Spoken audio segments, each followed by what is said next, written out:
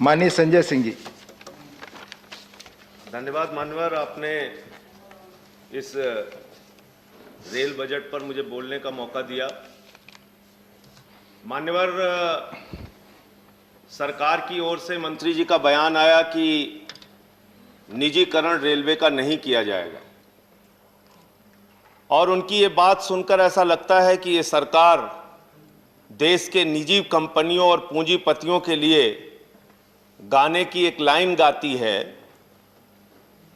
कि बताना भी नहीं आता, छिपाना भी नहीं आता, हमें तुमसे मोहब्बत है, जताना भी नहीं आता। निजीकरण करना भी है और मना भी करना है। आपने कहा निजीकरण नहीं करेंगे। 109 प्राइम रूट्स पर आप 150 ट्रेनें चलाने जा रहे हैं। देश के 50 रेलवे स्टेशंस को आप निजी हाथों को देने जा रहे हैं।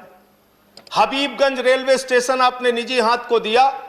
वहां की हालत जाकर पता कीजिए मान्यवर, वहां पर 50 रुपए मोटरसाइकिल रखने का लगता है। वहां पार्किंग के लिए 150 रुपए कार का देना पड़ता है। आपने प्लेटफॉर्म टिकट 30 रुपए का कर दिया। पैसेंजर ट्रेन का 3 गुना किराया बढ़ा दिया। जब आपसे पूछा जाता है तो आप बहुत हास्यास्पद तर्क देते हैं।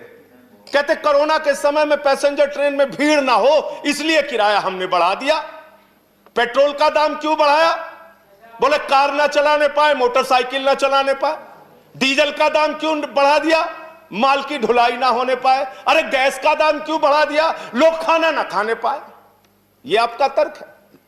देश में कोई भी चीज महंगाई बढ़ाने के लिए आप एक नया हास्यास्पद तर्क लेके आते हैं जिसका सच्चाई से कोई लेना देना नहीं होता।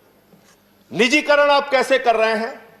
मेंटेनेंस के क्षेत्र में निजीकरण, सफाई कार्यों के क्षेत्र में निजीकरण, फैक्ट्री और उत्पादन के क्षेत्र में निजीकरण, सिग्नल के क्षेत्र में निजीकरण, इलेक्ट्रिफिकेशन के क्षेत्र में निजीकरण। रेलवे में मजदूरों की, सरकारी कर्मचारियों की संख्या मानवर 1974 के स्वर्गीय जॉर्ज फर्नांडिस जी के आंदोलन में, रेल हड़ताल में 17 लाख कर्मचारी होते थे।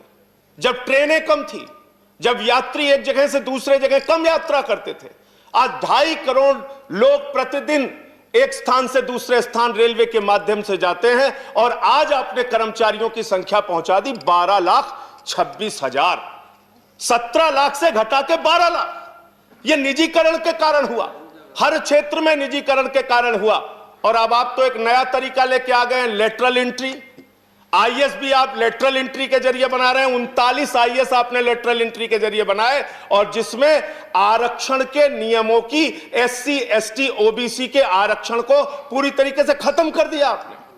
और निजीकरण जो आप रेलवे में लेके आ रहे हैं, इसके पीछे आपकी सबसे खतरनाक मंशा है एसटी एससी ओबीसी के आरक्षण को धीरे धीरे समाप्त करने की आपकी योजना है। यह मूल मंशा आपकी है। मान्यवर, खुद आपने माना है कि 21.6% माल की ढुलाई लॉकडाउन के दौरान रेल के माध्यम से ज्यादा हुई। यानी रेलवे के कर्मचारी पूरी निष्ठा के साथ, ईमानदारी के साथ काम करते हैं, और उस लॉकडाउन में काम करने के कारण, कई कर्मचारी जो कोरोना योद्धा जिनको आप कह सकते हैं, उनकी जान भी गई। 50 लाख रुपए मुआवजा कर्मचारी संगठन मांग करते हैं। 20 लाख रुपए मुआवजा आपने दिया, फिर उसको बढ़ा के 35 लाख किया। आज तक उनको मुआवजा नहीं मिल पा रहा है। रेल के जो कर्मचारी इस कोरोना काल में जिनका जीवन गया, और कोरोना काल में मान्यवर 2.5 करोड़ की आपकी क्षमता एक जगह से दूसरे जगह यात्रियों को पहुंचाने की प्रतिदिन की है। लेकिन हमने देखा कि किस तरीके से रो रो के ट्रेनें चलाई गई, किस तरीके से लोगों को तरसाया गया ट्रेनें चलाने के नाम पर। और 40 ट्रेनें रास्ता भटक जाती हैं, 80 लोगों की जान चली जाती है। मुजफ्फरपुर के स्टेशन का वो दृश्य आज भी हम लोग नहीं भूल पाते। एक मां के ऊपर से उसका छोटा बच्चा आंचल हटा रहा था, उसकी मां की कंक्लूड करिए संजय जी। बस खत्म कर रहा हूं मान्यवर। अंत में सिर्फ इतना ही बात कहना चाहता हूं कि आप कृपा करके रेलवे कर्मचारियों को निजी हाथों में मत दीजिए। यह एक बहुत बड़ा सेक्टर है जहां से रोजगार भी मिलता है और जहां गरीब आदमी को एक भरोसा होता है कि हम सस्ते में दामों में यात्रा कर पाएंगे, सस्ते किराए में यात्रा कर पाएंगे। जिस दिन आप इसको निजी हाथों में देंगे, कर्मचारियों का तो आप आरक्षण के तहत उनकी नौकरियां खत्म करेंगे, एक बात है, और दूसरी बात यह है कि हिंदुस्तान के लोगों को तकलीफें और उनकी यात्राएं, उनकी दुश्वारियां बढ़ेंगी। अंत में कुलियों की बात यहां पर आई।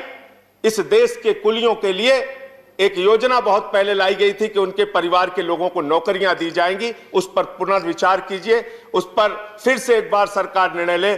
जो दिन भर मेहनत करते हैं स्टेशन पे, अब माल ढुलाई करते हैं, धन्यवाद। उनके बच्चों को धन्यवाद नौकरियों में माननीय संजय आरक्षण जी। देने की योजना बनाई। बहुत बहुत धन्यवाद। धन्यवाद।